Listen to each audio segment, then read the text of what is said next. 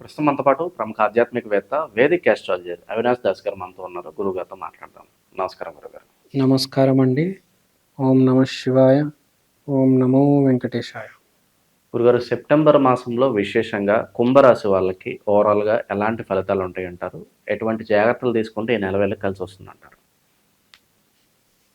కుంభరాశి వాళ్ళకి సెప్టెంబర్ మాసం, శ్రవణ మాసం ఎలా ఉంటుందో చూద్దాం. సో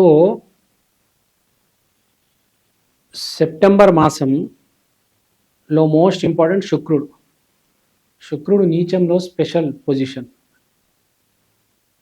ఇప్పుడు నువ్వు లేకపోతే నేను లేను, నేను లేకపోతే నువ్వు లేవు. మనము ఒకరికొకరు లేకపోతే మనం ఇద్దరం లేము. ఇలా ఉంటుంది శుక్రుడు ప్రేమ. Best example Virat Kohli, Anushka Sharma, made for each other. So చాలామంది ఏంటంటే ఎలా ఉంటారంటే ఆ అమ్మాయి ఆపితే ఈ అమ్మాయి, ఈ అమ్మాయి ఆపితే ఆ అమ్మాయి, ఆ అమ్మాయి ఆపితే ఈ అమ్మాయి, ఈ టైప్లో ఉంటారు. కానీ కొందరు ఏంటి, ఆ అమ్మాయి ఎట్టి పరిస్థితుల్లో నా అమ్మాయి, నా భూతో నా భవిష్యత్తు. సో ఆ టైప్లో ఉంది. అంటే చాలా సీరియస్ లవ్, జన్మ జన్మల ప్రేమ. ఆ అమ్మాయి మీకు రావచ్చు, మీ ముందుకు రావచ్చు. ఒకటి సింహలగ్నంలో ఉన్న వాళ్ళు, సింహలగ్నం సింహరాశి, ఇటుపక్క కుంభలగ్నం కుంభరాశి, వీళ్ళిద్దరికీ ఈ మాసంలో మీ పోయిన జన్మ కర్మిని భార్య పరిచయం అయ్యే అవకాశం ఉంది, ఎవరికైతే జాతకంలో యోగం ఉందో. సో ఇక్కడ ఫ్రాంక్గా చెప్పేది ఏంటంటే, జాతక శాస్త్రం ఏమంటుందంటే దేవుడు ఆల్రెడీ రాసేసాడు, దాన్ని నేను మార్చలేను జ్యోతిష్కుడుగా. కానీ ఇది జరుగుతుంది, ఈ టైంకి జరుగుతుంది అని చెప్పగలను. ఈ టైంకి పెళ్ళి, ఈ టైంకి జాబ్ అని చెప్పగలను. కానీ నేను మార్చలేను కదా. ఇప్పుడు మీకు విడాకులు రాస్తుంటే విడాకులు జరిగి తీరుతుంది, ఎవ్వడు మార్చలేడు దాన్ని. ఫ్రాంక్గా చెప్పాలంటే ఫ్యామిలీ ప్రాబ్లం అంటే ఉంటుంది, దానికి నేను ఈ పూజ చేయండి ఆ పూజ చేయండి అంటే కుదరదు. అది ఆ ప్రాబ్లం మీకు ఉంది, అది మీరు అనుభవించాలి. దానికి టైం వచ్చినంత వరకు తప్పదు. ఎవరు ఏది మార్చలేరు, అది నిజం. మీ పెళ్ళి ఉందంటే మీ జాతకం తీశాను, మీ జాతకం ఓపెన్ చేసి మామూలుగా చూస్తే ఈ సమయంలో పెళ్ళి అవుతుంది, ఈ అమ్మాయితో అవుతుంది అని చెప్తా నేను. అంతేగాని దాన్ని నేను మార్చగలను చెప్పండి? మార్చలేను. బట్ పాయింట్ ఏంటి, ఇక్కడ కుంభరాశి ఇప్పుడు అందరికీ మీ పోయిన జన్మలో మీ భార్య వస్తుందంటే రాదు. ఎవడైతే లవ్ పట్ల సీరియస్గా ఉంటాడో, ఎవడైతే నీతి నిజాయితీ మనసు పూర్తిగా ఎవడైతే ప్రేమించాడో ఒక అమ్మాయిని, వాడికి మళ్ళీ అదే అమ్మాయి వస్తుంది. కానీ వేరే వాళ్ళకి చెల్లదు. మీ జీవితంలో ఒక అమ్మాయి రాదు, ఏమీ రాదు. మీ జీవితం మీరు అలా గడుపుకుంటూ ముందుకెళ్ళిపోతారు.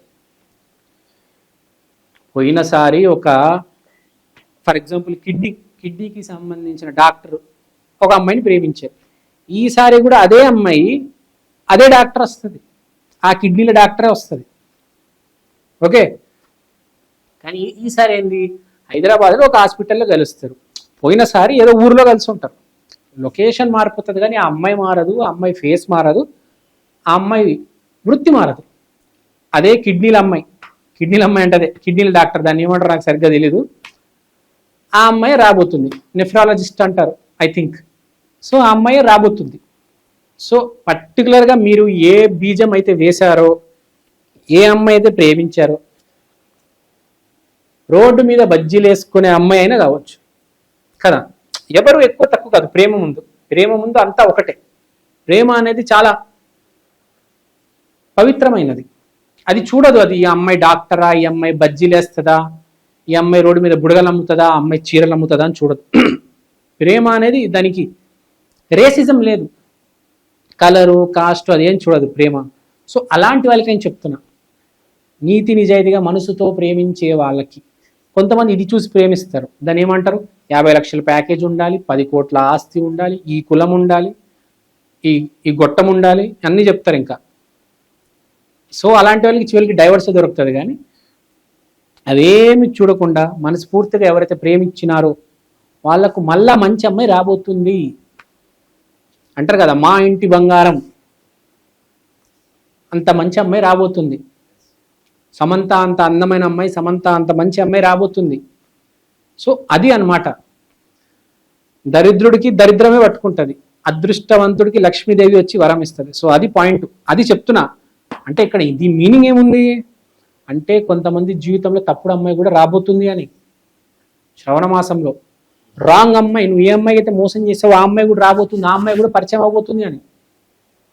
శుక్రుడు యాక్టివేట్ అయినప్పుడు రెండు వైపులు ఉంటాయి నాణానికి, ఒకటి ఫుల్ పాజిటివ్, ఒకటి ఫుల్ నెగిటివ్. సీత ఎట్లా, శూర్పణఖ అట్లా. మీకు శూర్పణఖ వస్తుందా సీత వస్తుందా మీరు రాత. నువ్వు రాముడువా ఎవరివో తెలుసుకోవాలా. తర్వాత మార్స్ ఇన్ 5th హౌస్, విపరీతమైన రిక్రియేషనల్ యాక్టివిటీలు చేస్తారు. అంటే gym, jumping jacks, sky diving, deep dive, surfing నీటి లోపల, లేకపోతే కొండలెక్కడం. ఇప్పుడు తిరుపతికి వెళ్ళాలంటే కూడా కొండలెక్కి వెళ్తారు కదా, ఒక రకంగా 7 కొండలు ఎక్కి వెళ్తారు. ట్రెక్కింగ్. సో రిక్రియేషనల్ యాక్టివిటీస్ చేస్తారు. తర్వాత సూర్యబుధుడు 7వ ఇంట్లో, అంటే సూర్యబుధుడు 7వ ఇంట్లో ఉండడం వల్ల మీకు మంచి వ్యాపారం జరిగే ఛాన్స్ ఉంది. ఎస్పెషల్లీ కాంట్రాక్టర్లకి, గ్రీన్ కలర్ వస్తువులతో వ్యాపారం చేసే వాళ్ళకి, గ్రీన్ మ్యాట్, పెసలు, పెసరెట్లు బాగా సేల్ అవుతాయి.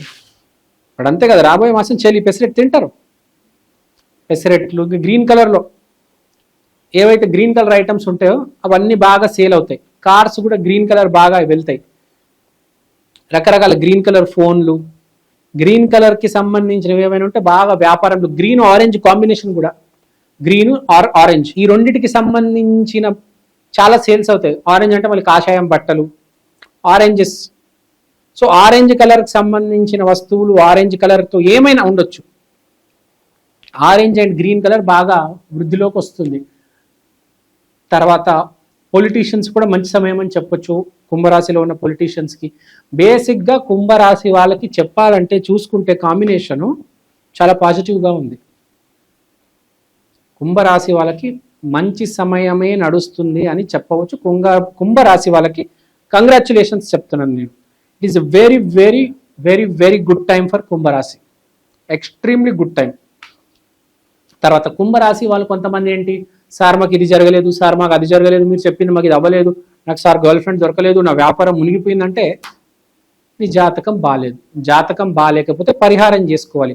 కింద వచ్చి కమెంట్స్లో మమ్మల్ని తిట్టడం కాదు, ముందు నీ గురుగ్రహాన్ని సరి చేసుకుంటే తర్వాత ఇవన్నీ జరుగుతాయి. ఎవరికైతే గురుగ్రహం బాగుంటుందో వాడికి ఎప్పుడు మంచి జరుగుతూనే ఉంటుంది. నీ జాతకమే లేదు, పాడైపోయింది, నీ గురుగ్రహం నీచంగా ఉందంటే ఇంకా నీకు ఎవడు సాయం చేస్తాడు కదా. విరాట్ కోహ్లీ అందరు అయిపోతారా అడుగుతున్నాను? అందరు అవుతారు Virat Kohli. It's not a joke.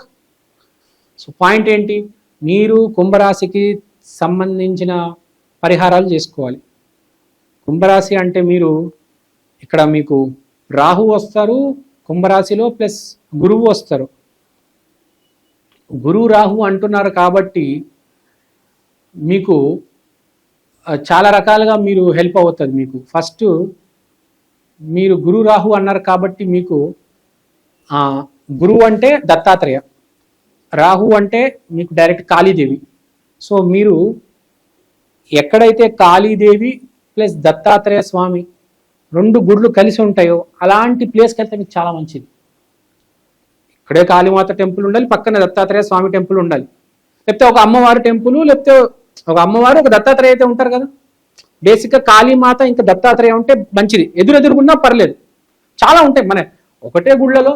ఇప్పుడు కొన్ని గుళ్ళు ఉంటాయండి, అన్ని దత్తాత్రేయ స్వామి అక్కడే ఉంటారు, కాళీమాత. అలాంటి గుళ్ళకి వెళ్ళి మీరు ఒకటేసారి గురుమూర్తి దత్తాత్రేయకి, అమ్మవారు కాళీకి పూజ చేసి కుంభరాశియే నమో నమః అనండి. కుంభరాశియే నమో నమః, స్వామి మాత నాకు సాయం చేయండి అని కోరుకోండి, మీకు చాలా హెల్ప్ అవుతుంది. కుంభరాశి వాళ్ళకి ఇది మంచి రెమెడీ. ఎందుకంటే కుంభరాశిని పాలించేది ఇద్దరు, ఒకటి శని అయితే గురువు జనరల్, ఒకటి శని అయితే ఒకటి రాహు. మనం శని రాహులో కలిపేయచ్చు. గురువు మనకు అవసరం ఉంది.